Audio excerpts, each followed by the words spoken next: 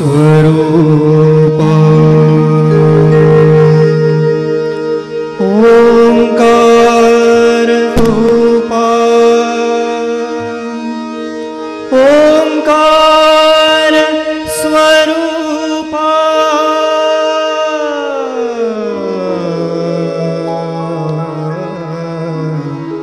तुझं नमो तुझं नमो तुझं नमो ओंकार स्वरूपा सद्गुरु समर्था ओंकार स्वरूपा सद्गुरु समर्था अनाथाच्या नाथा तुझं नमो तुझं नमो तुझं नमो तुझं नमो तुझं नमो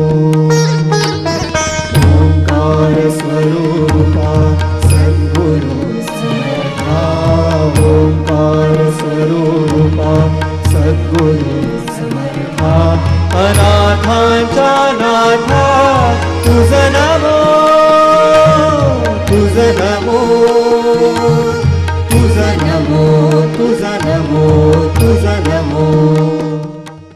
शेवटी भक्ती भक्ती म्हणजे नेमकं काय? नारदांनी आपल्या भक्तिसूत्रात व्याख्या केली की सा तू परम प्रेम स्वरूपा नाम भक्ती. आपल्या आराध्य दैवतावर, मग ते कुणी असेल, गुरु असेल, एखादा देव असेल, आपले आई वडील असतील, त्यांच्यावरती निरतिशय प्रेम म्हणजे भक्ती.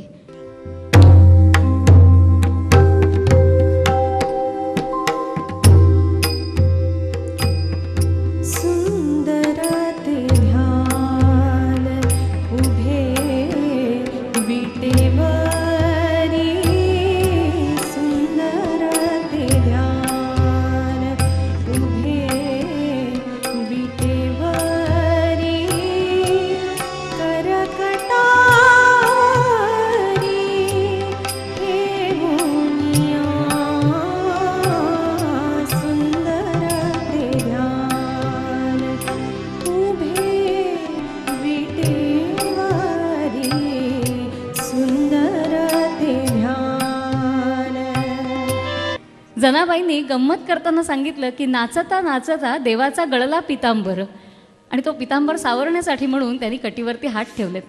पण या सगळ्याच्या पार गेले ते मात्र शंकराचार्य. शंकराचार्य जेव्हा पहिल्यांदा पंढरपूरला आले आणि जेव्हा त्यांनी कटीवरती उभा असलेला, माफ करा, कटीवरती हात ठेवून उभा असलेला हा देव जेव्हा पहिल्यांदा पाहिला, तेव्हा त्यांनी असं सांगितलं की हा देव आपल्याला काय सांगतोय? एवढंच सांगतोय, अरे हा भवसागरात तू जन्माला आला आहेस तर तुला पार करावा लागणार आहे, पण हा भवसागर फार खोल नाही, हं, कमरे एवढाच खोल आहे. भवाब्दीचा अंत एतुलाची, असं ज्ञानेश्वर माऊलींनी सुद्धा म्हटलंय. आणि म्हणून दोन्ही हात कटीवरती ठेवून हा विठ्ठल उभा आहे. थोडक्यात काय तर त्याच्याकडे पाहायचं, त्या ध्यानाचं धारणा करायची आणि तितक्याच निश्चंक मनानं हा भवसागर ओलांडायला घ्यायचा. त्याची पालखी मिरवत मिरवत जायची, किंबहुना आपल्याच जीवनाची पालखी मिरवायची आणि आपणच त्याचे भोई व्हायचे. जसं पुढच्या अभंगामध्ये ही मंडळी दत्ताची पालखी घेऊन निघाले. निघालो घेऊन दत्ताची पालखी, निघालो घेऊन दत्ताची पालखी, आम्ही भाग्यवान आनंद निधान, आम्ही भाग्यवान आनंद निधान, झुलते हळूच दत्ताची पालखी, झुलते हळूच दत्ताची पालखी, निघालो घेऊन दत्ताची पालखी, निघालो घेऊन दत्ताची पालखी. दिगंबरा दिगंबरा श्रीपाद वल्लभ दिगंबरा, दिगंबरा दिगंबरा श्रीपाद वल्लभ दिगंबरा. दत्तगुरूंच्या बाबतीमध्ये नेहमी आश्चर्य वाटतं की आपण ज्यांना गुरु म्हणतो त्या दत्तगुरूंनी 24 गुरु करावेत. पृथ्वी तो पहिला गुरु, पवन तो दुसरा गुरु, व्योम तो तिसरा गुरु. 24 गुरूंची नावं सांगणं आता शक्य नाही.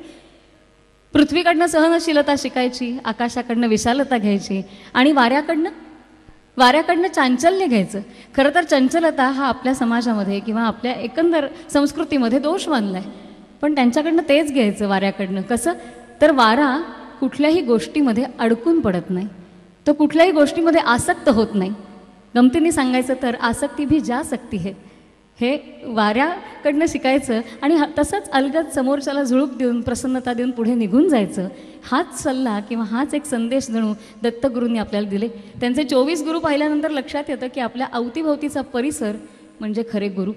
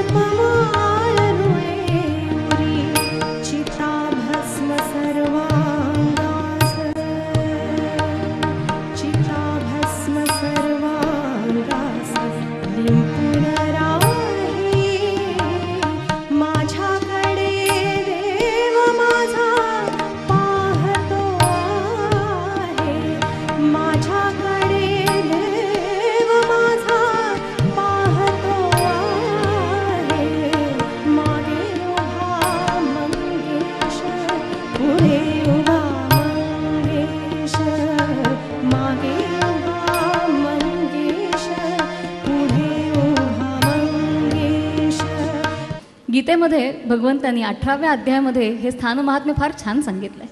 अधिष्ठानम तथा कर्ता करणंच पृथक विधम विविधाश्च पृथक चेष्टा दैवम चैवात्र पंचमम. 5 गोष्टी पाहिजेत माणसाकडे. कुठल्या तर कर्ता पाहिजे, कर्म पाहिजे, त्याच्याकडे साधनं असली पाहिजेत, त्याला उपकरणं पाहिजेत आणि सगळ्यात महत्त्वाचं म्हणजे त्याला एक चांगलं अधिष्ठान पाहिजे.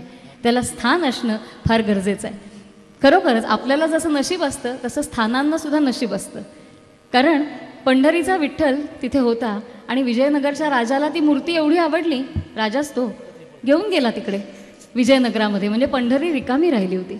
पण मग संत एकनाथांचे आजोबा भानुदास महाराज त्यांच्या हे लक्षात आलं आणि त्यांनी काय केलं माहिती नाही, पण त्यांनी त्या राजाला मनवलं म्हणा किंवा काही केलं, ती मूर्ती पुन्हा एकदा पंढरपुरामध्ये आणून ठेवली आणि खरोखरच पंढरपूरचं भाग्य, या स्थानाचं भाग्य पुन्हा एकदा उजळलं. किती उजळलं? पंढरीवरती इतके वेगवेगळे अभंग लिहिण्यात आले आणि सगळ्यात महत्त्वाचं म्हणजे सगळ्या संतांचं पंढरी हे माहेर झालं.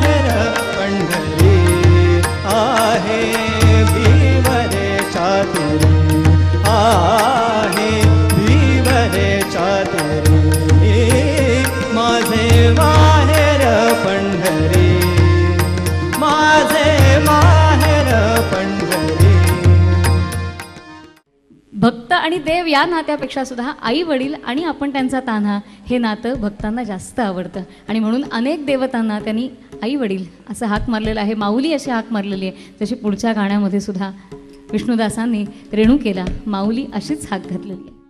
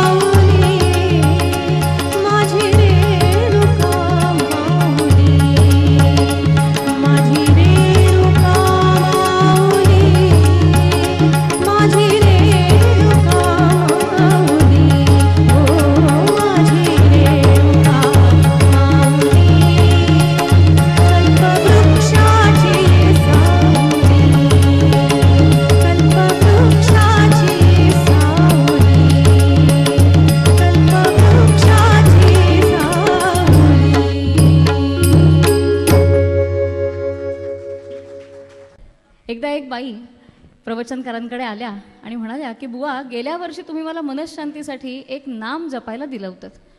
मी ते घेतलं, पण मला जरासुद्धा मनःशांती मिळालेली नाही. बुवा म्हणाले की अहो, म्हणजे मग मी ज्या प्रमाणात तुम्हाला नाव घ्यायला सांगितलं तेवढ्या ह्याच्यात तुम्ही घेतलेलं नाही. बाई म्हणाले, नाही हो, तुम्ही सांगितलं तितक्या वेळा नामजप केला. तुम्ही सांगितलं होतं ना की 1 लक्ष जप झाला पाहिजे, तेवढा केला. बुवा पटकन म्हणाले, बाई लक्ष जप केला ठीक आहे, पण जपात लक्ष होतं का? हा प्रश्न सगळ्यात महत्त्वाचा आहे. नाही तर मग कबीरजी म्हणतात तसं, माला फिरे करमाही जीभ फिरे मुखमाही, माला फिरे करमाही जीभ फिरे मुखमाही, मनवा तो चहू दिसी फिरे, येतो सुमिरन नाही.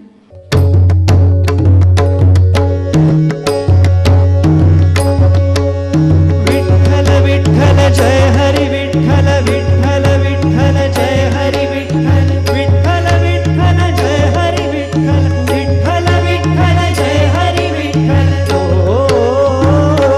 दिंडी चालली हो, दिंडी चालली चालली, दिंडी चालली चालली, विठ्ठलाच्या दर्शनाला विठ्ठलाच्या दर्शनाला.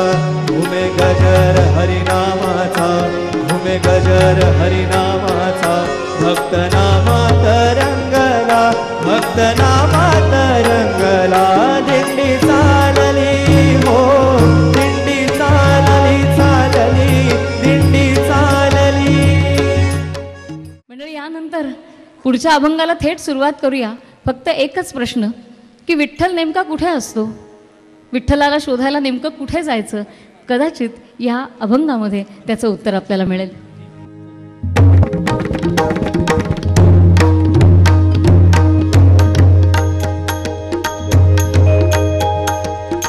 निज रूप दाखवा हो, हरिदर्शनास द्या हो, निज रूप दाखवा हो, हरिदर्शनास द्या हो, निज रूप दाखवा हो. आनंदाचे डोही आनंद तरंग.